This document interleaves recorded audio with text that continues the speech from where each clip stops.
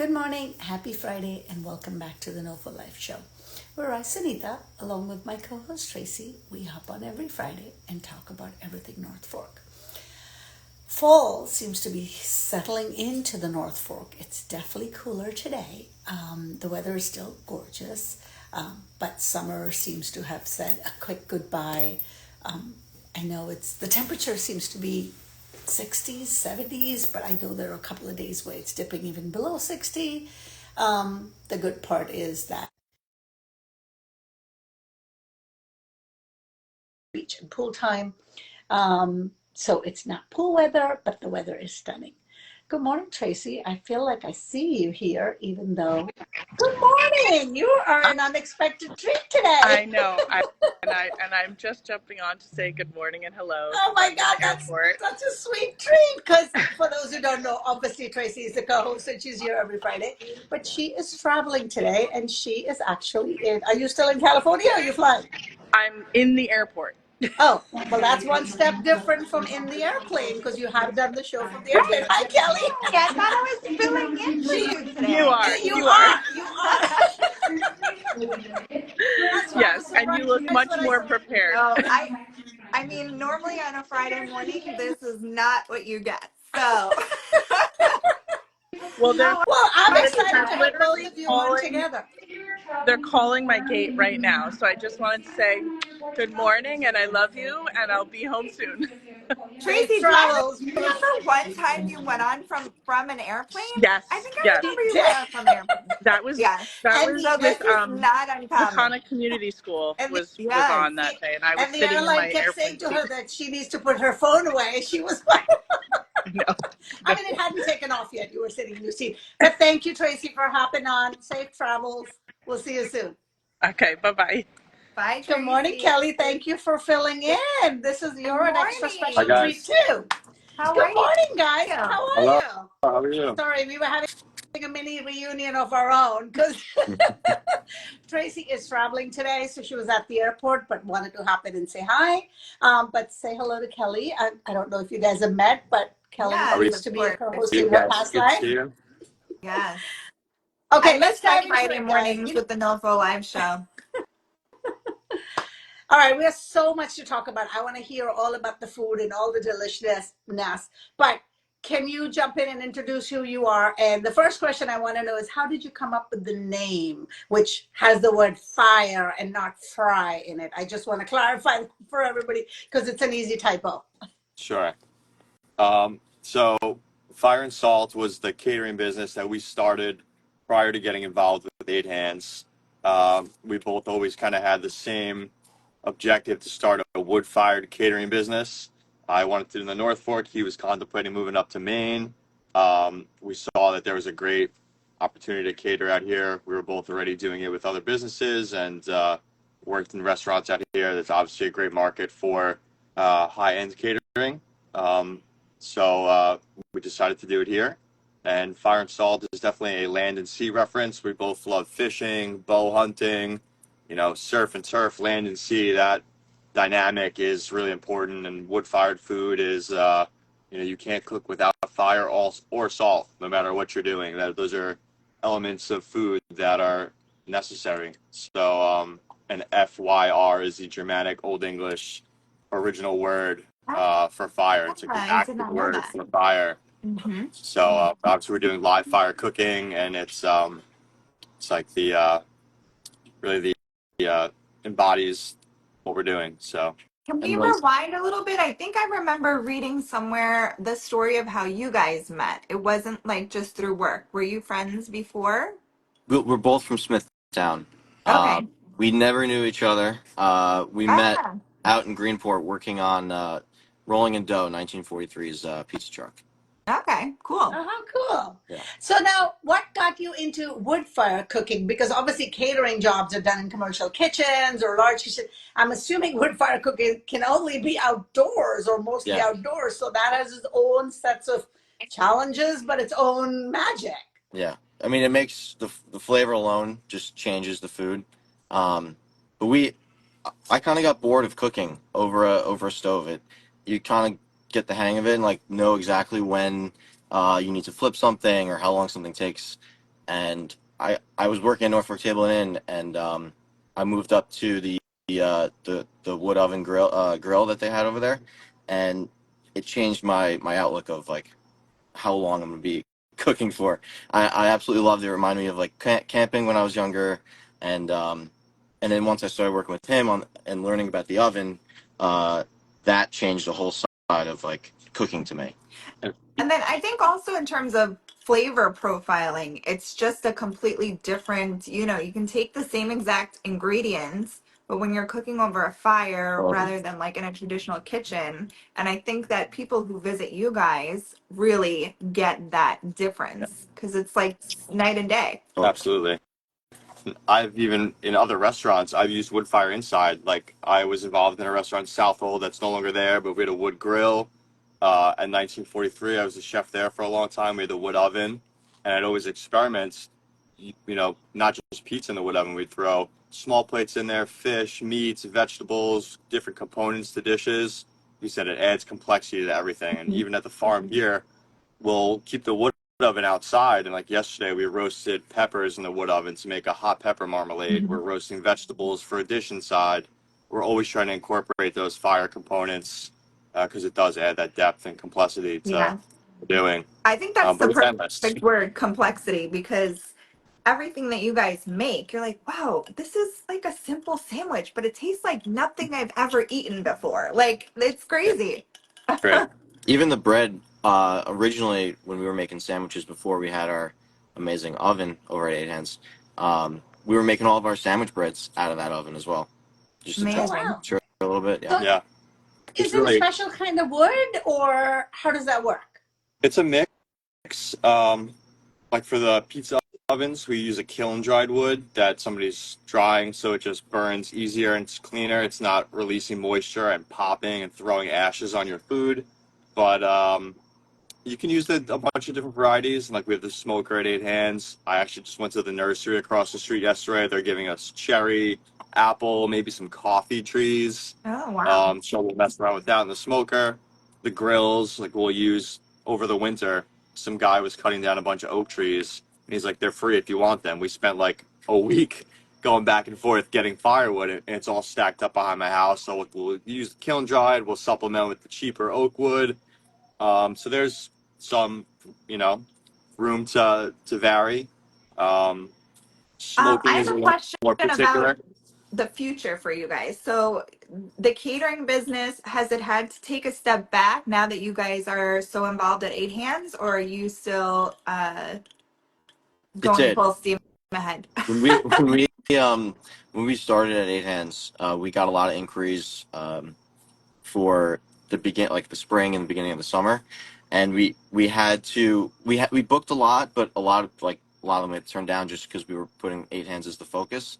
Um, August we took a lot more parties on, and we were doing 2 or 3 weekend, and we're already booking for next year. So next year we know what we can handle. We know You that mean you haven't cloned yourselves yet? Is not that So, what not I yet. I want more details. How does that work? Do you come to the location, to like the backyard or the person's home? And is that how Yeah. it works traditionally? Yeah, we'll go to wherever you are.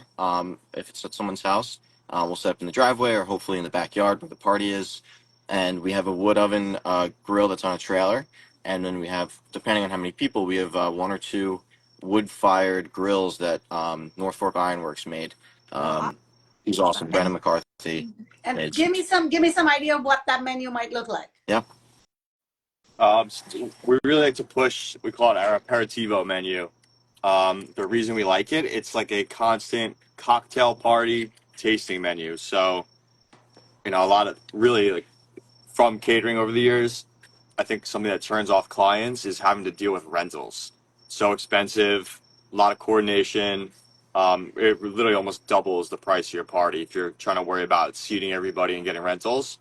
So this way people can have a cocktail party, they can mingle, socialize, and we pass everything on either a platter where it's all compostable small plates and bites, and then we'll do like little composed dishes.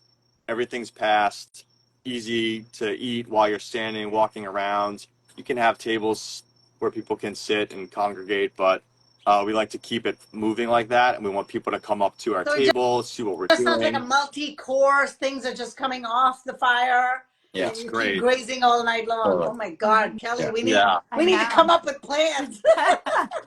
We got nice like Seriously, blow I'm getting fish. hungry right now. Yeah. I have The a menu's question really for you yeah.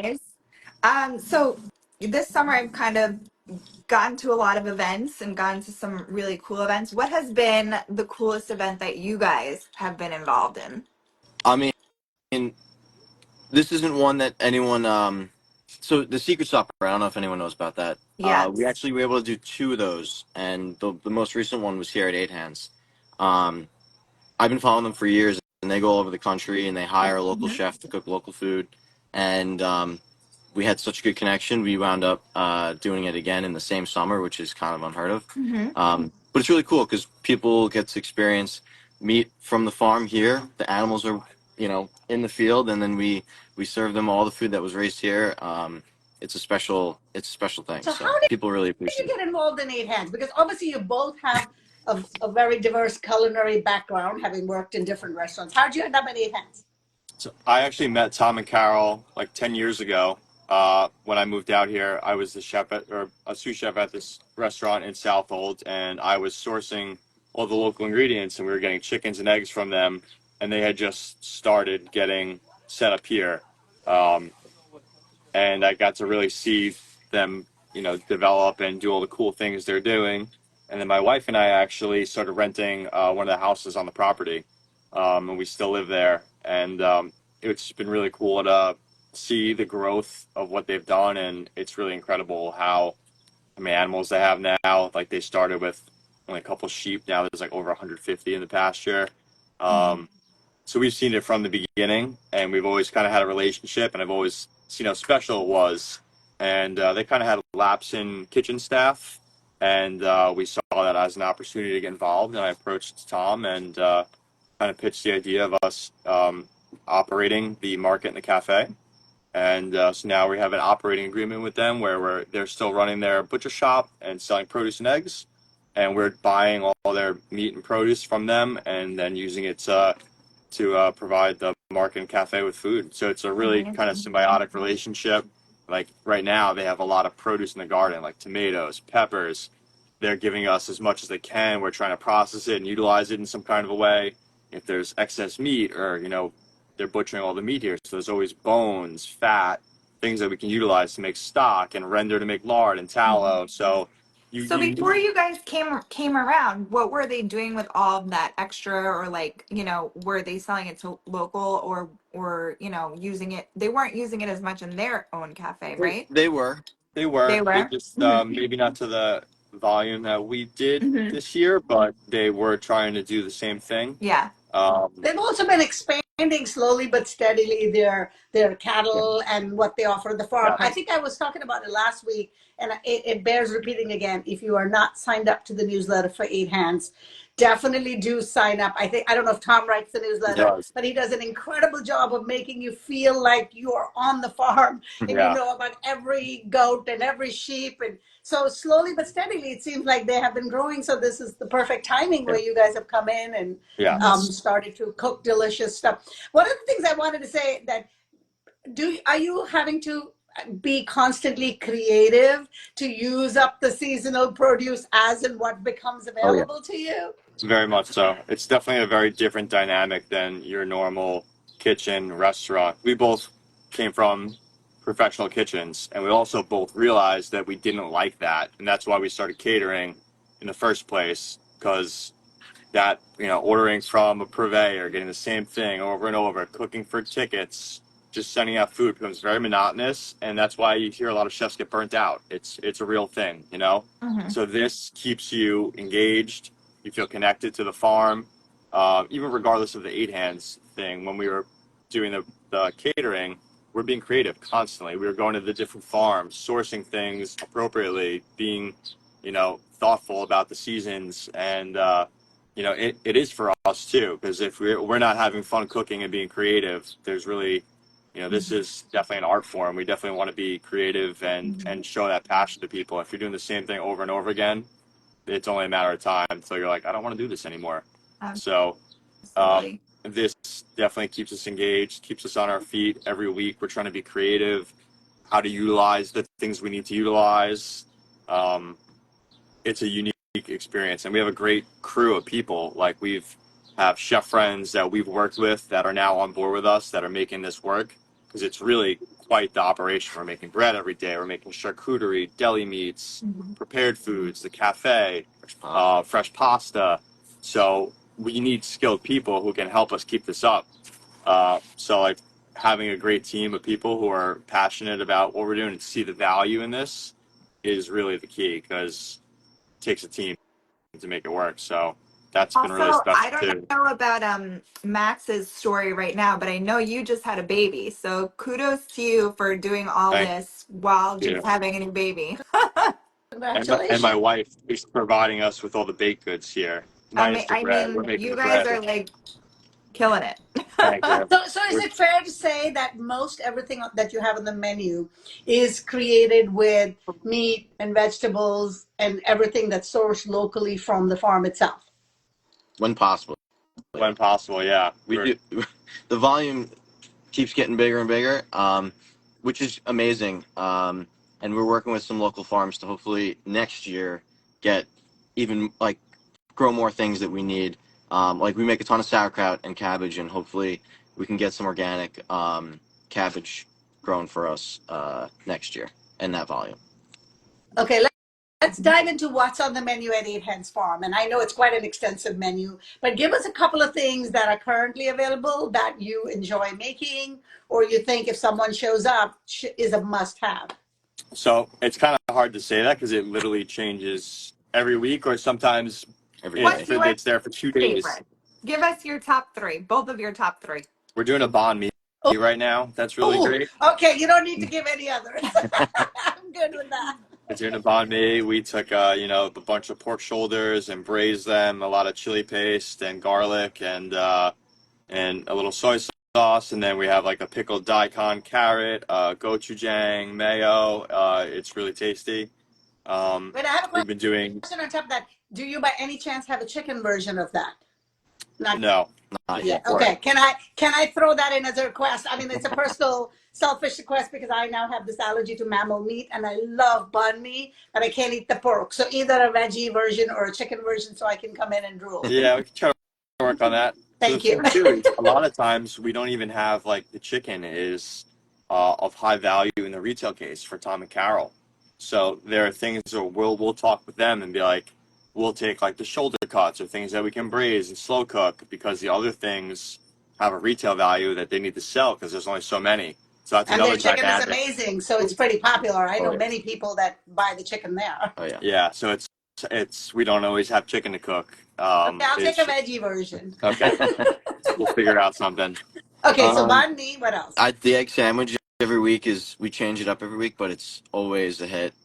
We serve it all day long. So, right now it's Pork shanks, smoked pork yeah. shanks, cilantro, jalapeno aioli, pickled vegetables. Yes, I Really nice. recently things like had that potatoes. sandwich. It was Oh. fantastic.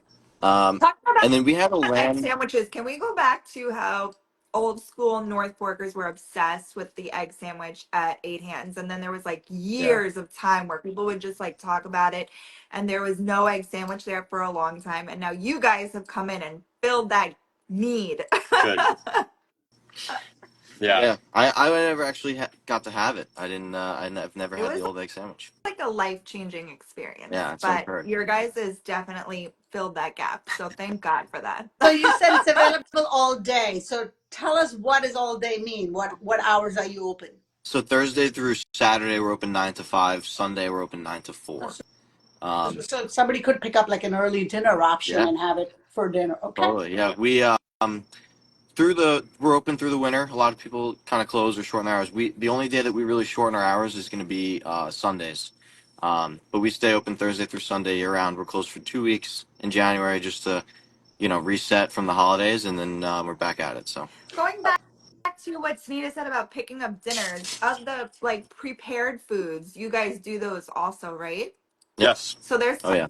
tons of things in the case that you can just grab and that are like, cold or frozen and throw those in for a great dinner too. Absolutely. Yeah, like a shepherd's pie is kind of a staple. We've been Oh, doing great meatballs. We're doing like a stuffed pepper with rice and beans and either beef or pork, and cheese on top. We're doing really, we're just kind of we did like eggplant parm, zucchini parm with whatever comes out of the garden. Different soups. We made like a chicken fregola roasted vegetable soup. We made like a chicken corn like Spanish style soup this week. Um, so many things. Well, We're just trying to be literally, you today's could just definitely get your soup every season. meal. But soup season is upon We're us. very Yes. excited for the today I fall had flavor. to put on something with Yeah. sleeves, and I'm like, it's soup season. Oh my Yeah. God. My We friend made Elizabeth just jumped on, and I know she just created this awesome luscious lemon dressing that you guys are carrying over at Eight Hands. Talk a little bit about how you source like all of the great like items that you can buy. Yeah, it's a work in progress. We're definitely reaching out to local producers and trying to get as many local products as possible, organic if possible for sure. We try to avoid any seed oils, anything that we wouldn't eat, Tom and Carol wouldn't eat, they wouldn't buy for their homes or feed their kids. That's why they started the farm, and that's why they carry all the products they do. So a lot of research goes into trying to find the products that we carry. As well as like even the cutting boards are locally made from local wood. We have pottery made from a local artist. So everything is constantly kind of changing. We have stuff sometimes, and sometimes it sells out. It is what it is. It's a local product. The herbs start growing, and then we get tea, and then when they stop growing, hopefully we have enough to last the winter. we get a lot of people coming in who are like, "Why don't you have this week? Why can't I get this?"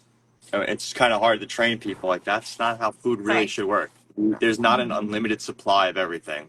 I know Like we we can forget have that things. there are seasons, Yeah. and tomatoes really grow Mhm. now, Yeah. and then Brussels sprouts grow later. And we're just so used to walking to a supermarket and getting mangoes at any time of the year. It's Yeah. crazy. And Mhm. that's what we're working on is our canning. We do a little bit of canning, but we do such a volume of selling fresh and working with it in the kitchen and using it in our products. I'd rather make a meatball parm with our tomatoes and then can our tomatoes, and then we have to use a canned outsourced tomato for our meals. So it's a game we're playing.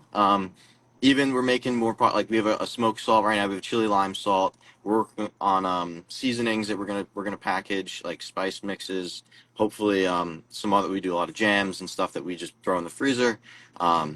So yeah, we're gonna be working on that stuff through the winter, creating ideas, and then when summer hits and all the produce is available, we'll be able to make them. As the seasons go here too, we'll probably I think we have an idea of what vegetables come, but this dynamic here is different. So over the years, we'll probably get a little more efficient at knowing what to do with what and having ideas, kind of Well, this is premeditated your already. first year full time here, right? Yeah. At Eight Hands, yes. Yes, yes. So yeah, definitely a That's great learning experience, and we've really figured it out. Have an idea, like a good overview of what to expect for next year. Like he alluded to earlier, we know we can take on a little more catering, and if we grow the team, we can still do the market and cater. Because really, you guys know from being out here, it's so seasonal, and part of the difficulty with hospitality in general is you're very, very busy, and then it's the off season, it's quiet. A lot of the employers let go of staff. Then the following year, you don't have a staff. When you go into the spring, you got to train everybody again. Right. So it's so difficult to be consistent and put out a good product if you don't have good people. So the Yeah. idea of this too was kind of a sustainability play for us that we can be open at the market all year, afford to pay our staff, which is Hardest. really the challenge of regardless what foods, what restaurant it is out here, they're all having the same problem in the winter.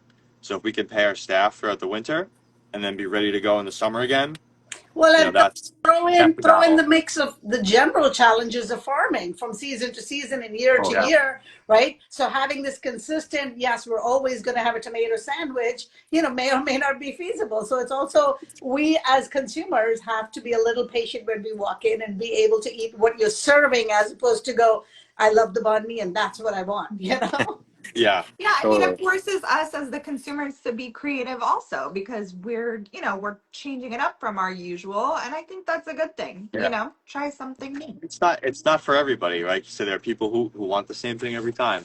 Like we've been doing a really great ham and cheese sandwich. They didn't have we ran out of pigs. We sold old pigs, so like we didn't have ham. People are like, what do you mean you have a ham and cheese sandwich? There's pigs. Like not everybody gets it. You guys are Yeah. into food. You get it. A lot of people Well, don't but I have that think same the more you mentality. live here, part of the joys of living here is even if people like me have moved from elsewhere, are used to opening the refrigerator and having ham, are getting an appreciation for it. Doesn't just Totally. magically appear. There's a whole process. And so the fact that it's not available today almost makes it more special in that, okay, so Right. what's Absolutely. now? And then ham will Mhm. come later. So kudos to you guys for trying to keep a balance among all these moving parts. Mhm. Yeah. Thank you. Thank you. Thank you. Yeah, it's fun. It's we were trying to figure out ways to use different cuts of the pig to make ham. Like we have a smoked sirloin that we now have. It's delicious. Yeah. We're just trying to be I'm creative like every day, making a and secret list on the side of like all the 8-hand things that I need to try.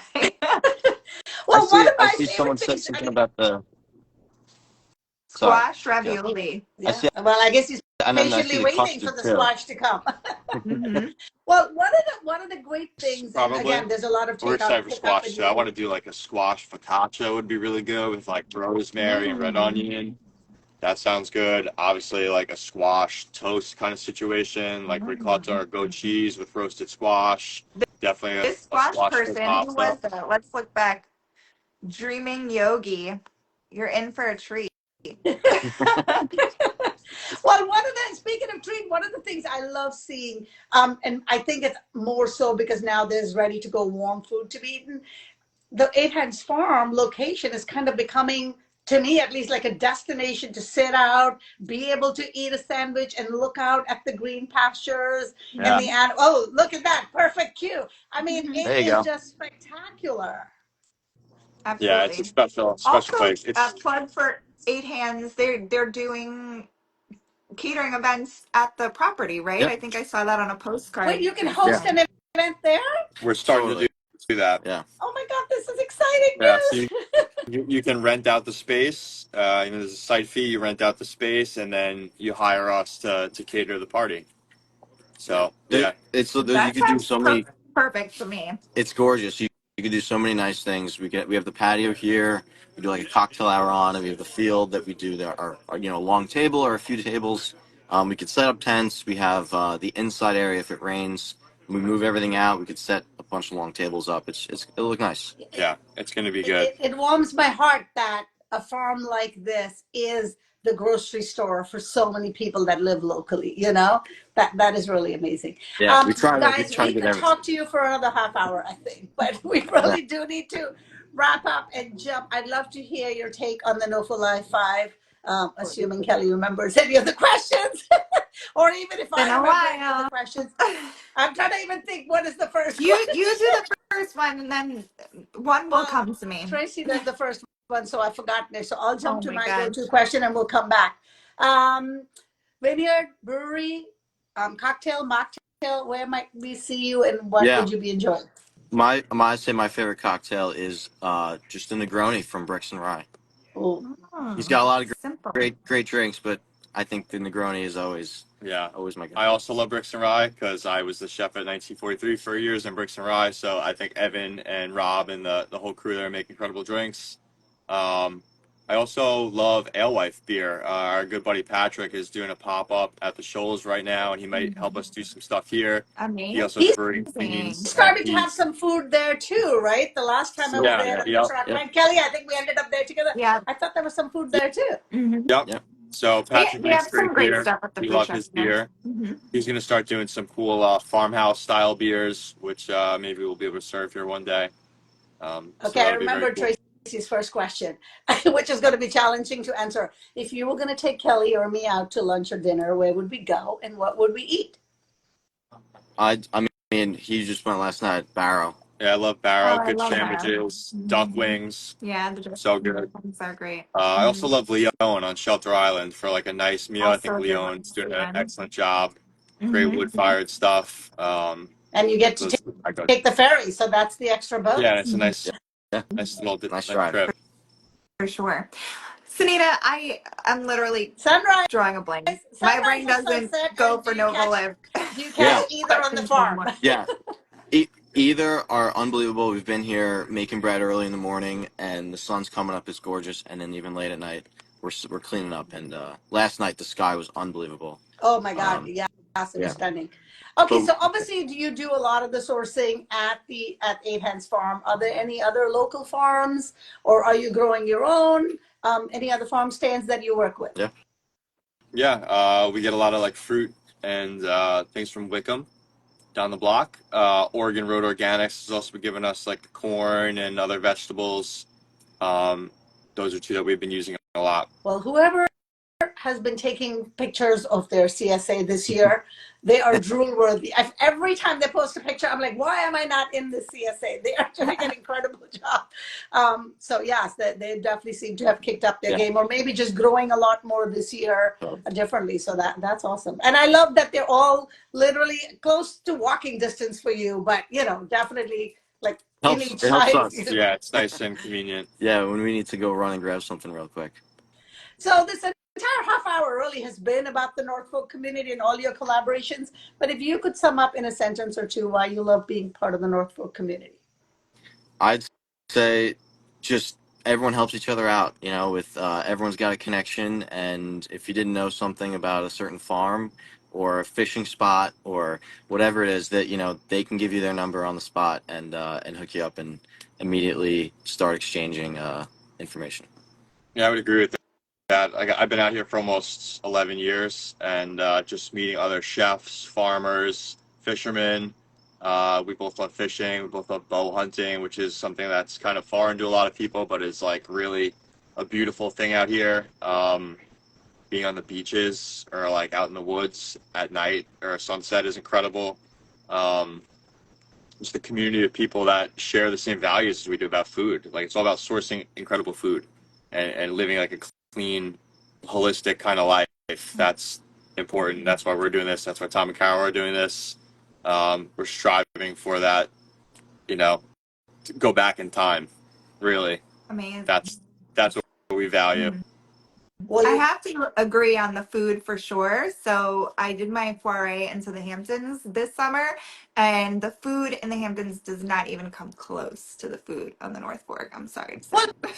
but also knowing where it comes from, I think, is very important Yeah. to many who live here, and it's certainly a learned skill that many of us are absorbing. So kudos to you guys for taking that raw produce and then converting it into delicious food that we can readily enjoy. So that's a special treat. Thank you. Thank you. Absolutely. Thank you, Thank you, Kelly, for guys. hopping in. It's always nice to see you. Nice to see you. Happy Thank you, weekend. guys. Thank you Bye. guys for being on Thanks Sunday. for. Quick shout out to the Thank North you. Fork Foodie Tour. They are on this Sunday. I believe Eight Hands Farm is a tour stop. Yes. 10 to 4, I think. Tickets are still available. So go online, North Fork Foodie Tour, and maybe we'll see you on the farm. All right. Thanks. Thank you, Thanks, everybody. guys. Bye. Bye. Have a